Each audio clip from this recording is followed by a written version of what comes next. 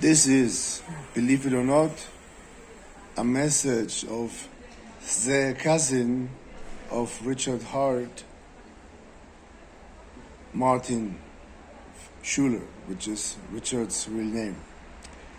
Now, of course, recently, just 1 month before the launch of Pulse Chain, there was a guy who claimed to be Richard's brother.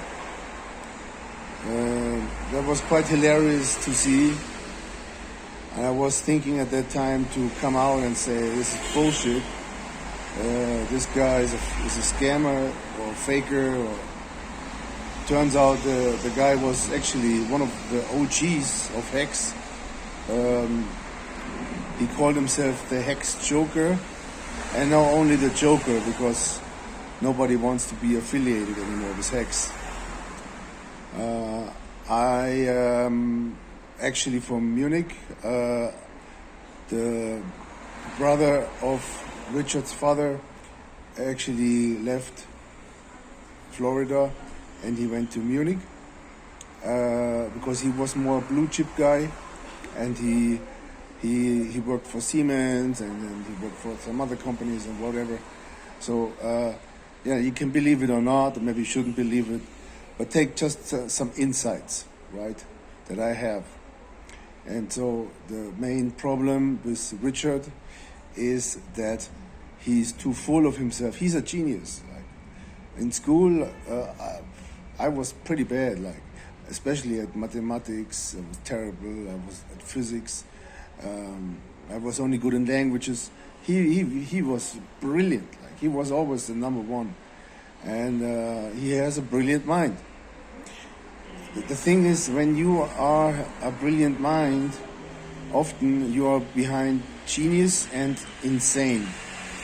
And sometimes you can flip from genius to insane. And even in his childhood, a lot of people say that he's insane, even though he was very articulate back then already. And unfortunately, it looks like now he became more insane. Starting a couple of years ago, when he did his luxury buying shit show, and lots of people have told him to stop and to do meaningful things, to attract people to the community and show that this is not a community full of brain retards and a cult and nothing behind it, except a relatively simple product that is now around in the thousands, storing value or staking.